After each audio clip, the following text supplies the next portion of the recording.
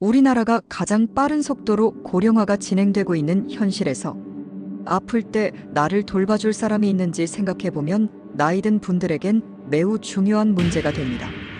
간병 파산이라는 큰 문제를 해결할 수 있고 가족에게 부담도 줄이며 스스로도 안정적인 노후를 대비하고 싶다면 간병인 보험이 선택이 아닌 필수가 되고 있는 현실입니다. 오늘은 간병인 보험을 준비하는 방법과 보험료 비교 및 제반 사항을 꼼꼼히 따져보는 시간을 가지려 합니다. 전 세계적으로 물가가 떨어지는 국가는 거의 없습니다. 기본적으로 국가가 통화를 공급하며 개인들의 부를 큰 저항감 없이 탄로하고 있는 게 현실이다 보니 물가는 자연스럽게 국가 예산의 방향과 같은 방향이기 때문입니다. 우리나라도 통계청 소비자 물가지수 자료를 살펴보면 물가도 오를 뿐더러 공급이 취약한 부분인 간병 비용이 매년 상승하고 있습니다. 국민 대부분이 보유한 실비보험은 간병인 비용을 보장하지 않기 때문에 대비가 필요할 것입니다.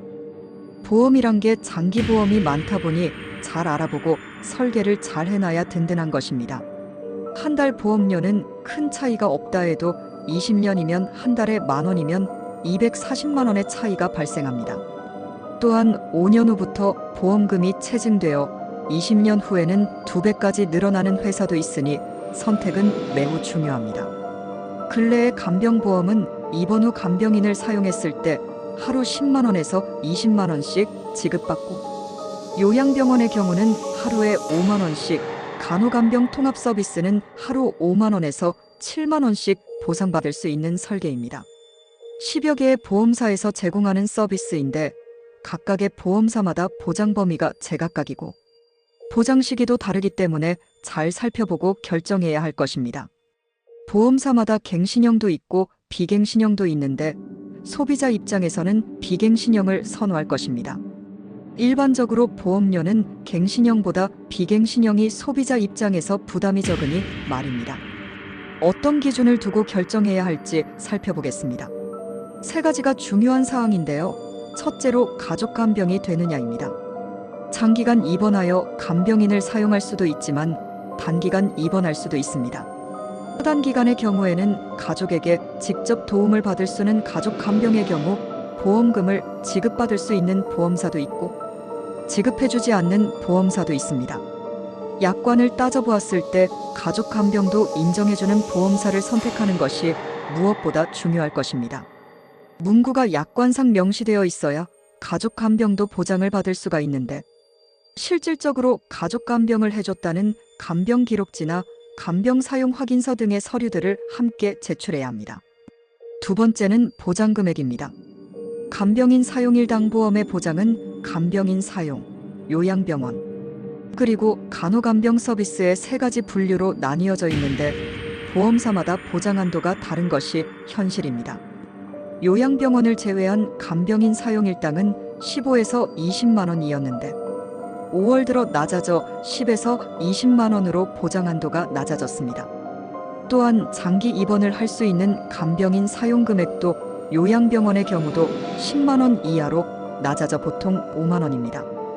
인플레이션을 고려한다면 요양병원도 한도가 5만 원 이상, 간호간병 서비스도 7만 원 이상 되는 데를 선택하면 좋을 것입니다. 셋째는 진단 확정 문구가 없는 회사로 가입해야 합니다. 표준형은 상관이 없습니다만 보험약관을 보면 보험기간 중 치료라는 문구가 있는 게 있고 보험기간 중 진단 확정 치료라는 문구가 있는 것이 있습니다. 이 둘의 차이를 잘 알고 있어야 합니다. 보험기간 중 치료라는 문구가 있다면 보험 가입 전에 걸렸던 병이라 하더라도 보험기간 중에 치료비가 보장이 되는 것입니다. 그런데 보험기간 중 진단 확정 치료라는 문구가 있다면 보험기간 중에 진단이 확정되고 치료를 받아야만 보험금이 지급된다는 사실입니다. 후자가 좀 더 째째하고 보장을 잘 안 해주는 보험사인 것입니다. 보험을 가입한 이후에 진단 확정이라는 문구를 받으면 보험금을 주느니 마느니 말이 많습니다. 따라서 보험사의 약관이 어떻게 되어 있는지 잘 확인하는 것이 매우 중요합니다. 보험 가입 이후에 진단 확정을 받은 게 아니기 때문에 우리 회사는 보험금을 못 준다고 하면 열받는 것 아니겠습니까? 우리가 진단비든 수술비든 혹은 간병인 보험이든 진단 확정 없는 회사로 가입하는 것이 매우 중요합니다. 위와 더불어 이용할 수 있는 최대 기간도 살펴 1년 이상 꾸준히 이용할 수 있는 곳을 선택하는 것이 현명할 것입니다. 동일한 보장 조건에서 보험료를 비교해 봤습니다. 55세 남성을 기준으로 건강체이며 가장 저렴한 1급으로 비교해 보았습니다. 어느 보험사가 저렴한지 확인해 보도록 하겠습니다. 객관적인 보험료 비교를 위해 간병인 사용 시 하루 15만 원, 요양병원은 5만 원, 그리고 간호간병은 5만 원에서 7만 원으로 설정을 했습니다. 다만 지금 보여드린 보험료는 병력이 전혀 없고 이 보장도 평균적인 수준으로 설정했다는 점 감안해 주셨으면 합니다. 55세의 남자로 건강한 표준체라면 간병인 사용일당이 15만 원일 때 20년 납 기준으로 5만 원 내외입니다. 위의 두 회사의 보험료는 나이마다 유병 정도에 따라 변하며 보험사의 가격 정책으로 수시로 바뀌게 되니 어떤 시점에서 결정할 때는 꼼꼼히 살피고 가입해야 실수를 줄일 수 있을 것입니다. 보험에서 중요한 것은 가입보다는 사후관리입니다.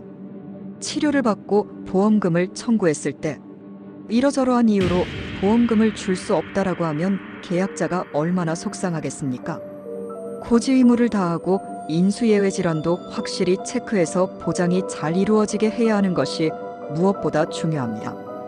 5월 달부터 간병인 보험이 20만 원에서 10만 원으로 축소된다는 소식으로 난리인데요. 언제나 더 좋은 방법은 있는 법이니 가장 좋은 방법을 찾아 전해드리겠습니다. 보험 가입이 복잡한 것은 가입자의 나이가 각각이고 유병자의 경우 정도에 따라 여러 그룹으로 나누어 보험료를 다르게 설정하는 보험사의 정책 때문입니다. 보험 나이가 올라갈수록 보험료는 올라가는 것이 현실입니다. 간병인 보험 가입할 때 보험료가 저렴하고 보장 내용이 좋아야 하는 것은 기본입니다. 중복 가입이 안 되지만 같은 날 들어가면 파악하기 어려운 점이 있긴 합니다. 언제 질문을 해도 최적의 솔루션을 제공해 드리겠습니다. 오늘은 간병인 보험에 대해서 어떻게 선택하는 게 좋을지, 보험료는 어느 정도가 되는지 함께 확인했습니다. 간병인 보험은 단순히 보험이 아니라 아프고 힘들 때 누릴 수 있는 마지막 지원일 것입니다. 후회가 남지 않도록 최고의 선택에 도움을 드리겠습니다.